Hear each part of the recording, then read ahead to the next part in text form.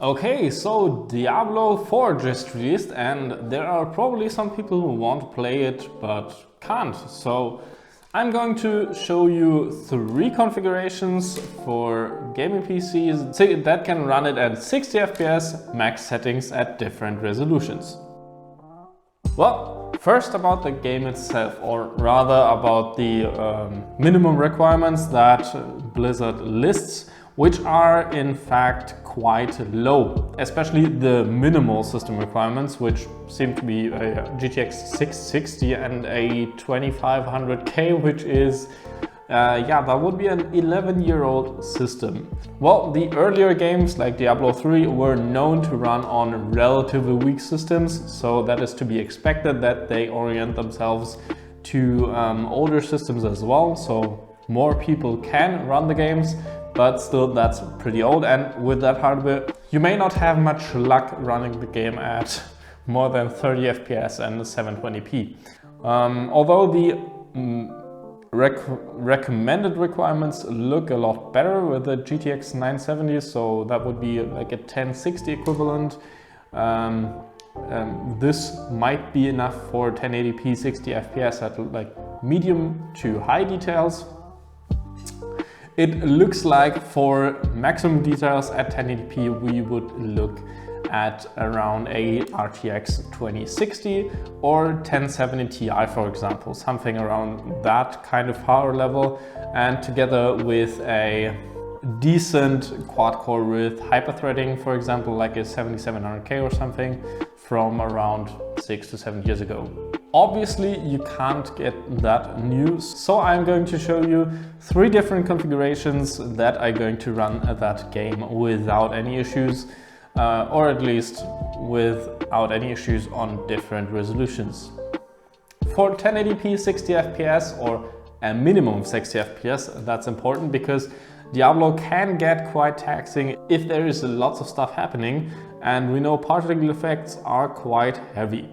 So for that we need quite a bit of graphics power. For the first configuration we are looking at around 550 to 600 bucks, which is not that much. It's a bit more than consoles basically, so you get there if you don't have that much money to spend. Starting with that configuration. For the graphics card we are going to use a RX 6600. That is an 8GB card, which would be the minimum for current PCs, because even on 1080p some games are reaching the above 6GB limit, so you will be better off going for an 8GB card, although there aren't any 6GB cards above the RTX 3050 or 6500 XT on the market anyway, but I still want to say it. The 6600 is about on the same level as the RTX 3050, maybe a bit faster depending on the games and depending on what scenarios or whatever. That can obviously change with driver updates, but it should be capable of running Diablo 4 at 60 FPS with the highest settings, no problem. Obviously on other games should be also fine depending on the title. As for the CPU, we went with a Ryzen 5 5500. Compared to the 5600, it has a little bit less cache and less clock speed, but is much cheaper as well. It's only like 100 bucks or something like that, so it is really budget friendly, and compared to the 5600, quite a bit less expensive. Also compared to the Intel counterpart, which would be the i3 13100F, it's also quite a bit faster because the i3 only has 4 cores and hyperthreading, whereas the 5500 has 6 cores and hyperthreading. So that's definitely a bonus. Because we are going AM4, we need a B550 or A520 motherboard, but B550 is the better choice because you can overclock it with your memory, which is possible on some A520 boards, but not all of them. And the B550 just has better I/O in general. So we went for a Asus B550 Prime A. It only has the stuff you need. So it has USB 3.0, 3.1 basically. It has an NVMe slot, so if you want to upgrade to an NVMe SSD, that is possible. And it also has a decent not really good, but a decent VRM with a cooler on it, so you may be able to overclock that 5500 somewhat and get some more performance out of it. As for RAM, we have chosen 16 gigabytes of G.skill Aegis with 3000 megahertz. You can also use the 3200 one, but that doesn't make much of a difference. I would suggest though going for the 32 gigabyte kit if you can spare the change, because 16 gigabyte is kind of getting to its limits right now when having a lot of tabs open and then trying to play a game. For systems with 16 gigabytes, that might already be too much. For mass storage, we would be using a Patriot P210 SSD, which compared to the P210, which had QLC flash, has TLC flash, so it doesn't have the problem where when the cache runs full on larger transfers, it doesn't drop down to like 100 megabytes per second transfers, but it keeps going until the drive is basically full. On QLC based SSDs, we had some problems with longer writing sequences. So you don't have that on TLC flash based ones, and also you have a longer lasting SSD in general, because TLC is a longer lasting flash in general, and also that SSD is quite cheap. So for 1 terabyte you're gonna pay quite a bit less than for an NVMe SSD, for example. The power supply, I don't really want to cheap out on. Obviously, yeah, it's going to be somewhat expensive compared to some other parts, but you should watch out for a good quality power supply, because if you cheap out on that, it could blow your whole system up.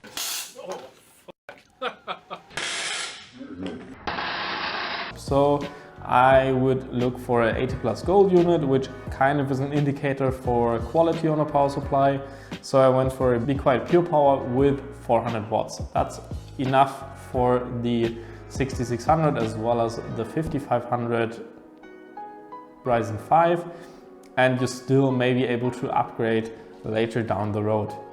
If you don't feel comfortable with 400 watts, you can obviously upgrade to a 500 watt unit as well. It's only going to be a couple bucks more, but the 400 watt unit will be sufficient. The case is kind of a thing of, well, at least it's got one. Cases in that price range are kind of, just some boxes to put your PC stuff in, because they are very cheaply made, they are not good quality or anything like that. It's just something to put your components in. The one I chose has at least a mesh front panel, so the airflow is hopefully not too bad.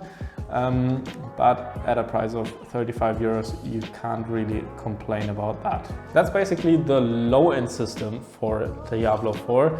Now we're going to go to a more balanced system for around $1,000, which will have all the amenities that you would probably find in a normal PC build, normal gaming PC build, that you would do for any other reason. The first thing we're going to change is going for an RTX 3060. That is quite a bit faster than the 6600 and also has more video memory, which might come in handy in the future, but for now is kind of, well, not useless, but is just a nice to have. The 3060 is, as far as value for money goes, pretty much one of the best cards right now, and is good for a balanced gaming setup. And also capable of handling Diablo 4 at 1440p and a minimum of 60 FPS. The CPU, obviously the 5500 would be capable of handling Diablo 4 without any issues as well, but we wanted to upgrade that as well because the 5500 is kind of handicapped in the cache department, and also it only has 6 cores. So we went for a 5700X, which has 8 cores, a bit of a higher clock rate, and also offers more cache. So you can do more stuff with it. For example, video editing, 3D modeling, streaming, or whatever you like. It's a more balanced gaming setup overall, as I said, and not only has more graphics power. Obviously, you could also go for a newer platform like AM5 or Intel Socket 1700, but Then you might have to spend more on the motherboard itself and the CPU also, because a 7600, a Ryzen 5 7600 is about the same cost as a 5700, but you also have to buy more expensive DDR5 and also more expensive motherboard. So this is kind of the budget option, as I said, a balanced setup. And there's still an upgrade path to take. And talking about motherboards, we are also going to use a B550 unit this time, also from Asus, and this is going to be the Asus Strix F. This is the cheapest one of the Strix lineup that has all the gaming features that you want. For example, a decent audio codec. It has 2.5 gigabit LAN. It has two USB 3.1 10 gigabit ports, so you have modern connectivity, and you also have obviously PCI Express Gen 4 and so on. So basically everything you need and nothing you don't necessarily won't use. As for RAM, we use basically the same kit as we used for the $600 PC, because that is just a really good value. The Aegis kit with 3200 megatransfers is basically cheap and it works, but this time as a 32 gigabyte kit. So 32 gigabytes is the recommended amount I would see for a gaming PC right now, so we just went for that. Completing the components on the motherboard, we also are going not for the box cooler this time around, but for a Be Quiet Pure Rock 2, because those coolers have a quiet fan on them and they just work and only are $30. So it's a kind of a no-brainer to put that into a €1,000 PC and yeah, have decent cooling and maybe some overclocking headroom, although the 5700X doesn't have much headroom anyway, but there you go, still some quiet cooling. As for mass storage, we went for a 2TB NVMe drive now, so quite a bit faster than the SATA drive before, although there is not a lot of noticeable difference. The difference between an SSD and a hard drive is quite noticeable. Well, not noticeable, it's a huge difference. But the difference going from a SATA SSD to an NVMe SSD is not that big. You might notice some shorter load times here and there, a few seconds here and there, but it's nothing drastic. But still, they are not that much more expensive than SATA drives, so you can spend the extra 20 bucks for an NVMe SSD as well. This time around, we also went for a PSU that has some more wattage to, yes, be capable of some upgrades later down the line. We went for a 650 watt unit from Seasonic. The Focus lineup is pretty good. It's a solid unit and has 7 years of warranty, so you won't have any headaches there. The case also gets some more upgrades, or is more of a taste concern now. So I'm personally a fan of fractal design cases. They are now going more in the direction of also featuring some more colorful options along with the more simplistic options, so you have a wide variety of cases. In this configuration I have selected the Focus 2, which is basically just a simple case with a mesh front and the good build quality of fractal cases that you know and love. And that's basically it for the more expensive configuration, which, as I said, will get you 1440p at least 60 FPS. Obviously, when turning down some settings, you will be also able to run it at 4K. But as I said, we are going for max settings here and no compromise in that. But obviously, you could compromise for higher resolution. On the high end for this video, we are looking at around $1,800, which, don't get me wrong, obviously is not a €5,000 PC, but it is capable of handling Diablo 4 at 4K resolution and at least 60 FPS. And also pretty much any other game you throw it at, because with a RTX 4070 that we are going to use in this configuration, you are pretty much safe for the next maybe few years. Nobody really knows what's coming, so I can't promise you anything, but you will be able to play any games that come in the foreseeable future. Maybe you have to turn down some settings, obviously, but a 4070 is quite a powerful card and you will have some future-proofing at least. For CPU purposes, we are now, as I said before, we are now changing platforms to a newer generation. So we are using AM5 and therefore using the newer Ryzen 7 7700X, which is an octa-core CPU with a much higher frequency. So it is going to be faster in this way and also has a higher IPC, so is going to be faster in general as well. Why are we using AMD? Well, if you are maybe using Windows 10 still, then AMD might be your better bet because the Windows 10 can't really cope that good with the core structure of the newer Intel CPUs with the performance and efficiency cores, which AMD doesn't have implemented yet. So you may be better off buying the AMD system. If you're using Windows 11, you can also obviously use the Intel system. The performance difference is not that much. In gaming, you may be looking at 3 to 5% in the CPU limit, but in non-CPU limited applications or games, you don't have any difference, and that is the case most of the time. So there's pretty much no argument that speaks for or against each and every manufacturer. The only thing that speaks for AMD, in my opinion, is the lower power consumption, since power is getting quite expensive, and yeah, that might be the better choice in general, but it's also kind of a preference thing. Along with those CPUs, we have used a different platform and a different motherboard, obviously. So we are going to use a B650 motherboard in this case, and the MSI B650 Tomahawk. As with the Strix motherboard from before, it also has any amenities you want, but nothing you really don't need. Maybe some bonus features such as a good Wi-Fi and more or a better VRM design for more overclocking results or whatever. Although the new 7th gen Ryzen CPUs are kind of maxed out and don't have that much headroom in them, it's still nice to have if you want to squeeze some more out of it. Also with the new platform comes DDR5 memory. In this case, we have selected a Corsair Vengeance kit with 6200 MHz transfers. It's kind of in the mid-range as for speeds go.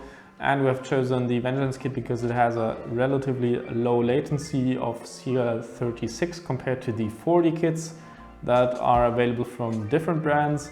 So it's a bit faster. Obviously, again, 32 gigabytes. If you bought the kit twice, you could have 64 gigabytes as well.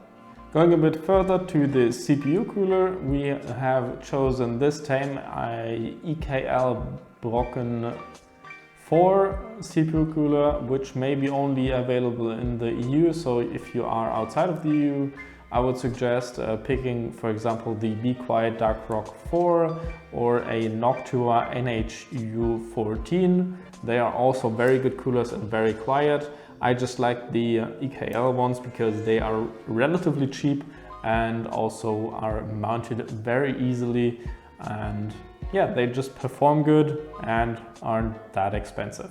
As for storage, I don't see a reason to go for a PCI Express 4.0 SSDs because on paper, yes, they offer better performance, but you won't notice anything different in real world usage. So I would just use more capacity than in the other build. I would use 2 of the Western Digital SN750 SSDs and then just be done with it. And obviously, if you need any more storage, just add some more SSDs or some more hard drives because you will have enough space on the motherboard. You have 6 SATA ports, which is probably going to be enough for any storage needs. Again, going to the power supply side, I would suggest going for anything that is 80 plus platinum and at least 650 watts. Obviously, a little bit less would also be sufficient, but just go for a little bit of buffer room. for, I don't know, upgrades, overclocking or whatever. So I would go for 650 watts on this configuration.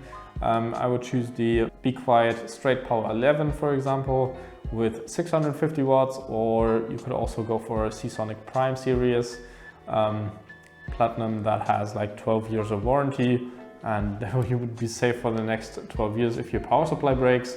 But that's basically anything good quality would be obviously nice. 80 plus Platinum is kind of the go-to here. And the last thing, the case, well, that's kind of, here it comes into the territory of just going with your taste, what you like and what looks good and what fits the hardware you want. I obviously, as I said before, prefer the fractal design cases because now they're making more colorful options for gaming builds or whatever. Obviously you could go for a standard Define series if you like more clean and quiet aesthetic. It's basically a preference at this point. You can choose whatever you want as long as it fits the hardware you have or you chose. In this case, ATX motherboards, which is the standard, and the graphics card obviously will probably fit in most cases because it is not that long. So concluding everything, I have shown you systems to run Diablo 4 at basically every resolution that you would want to. Obviously, if you have an ultra wide monitor or like a hyper wide or whatever it's called, you're going to land somewhere in between those resolutions, and you, for example, on a ultra wide QHD monitor, you are going to land more in the neighborhood of 4K, so just scale it up to that system. You can obviously vary the systems within, but those are probably the most balanced configurations you're gonna get for those prices. If you like this kind of video and you want to see more configurations for specific games or specific applications like streaming, video editing, photo editing, or even 3D modeling, for example, just let me know in the comments and I will do that. And yeah, otherwise, I wish you a nice day and goodbye.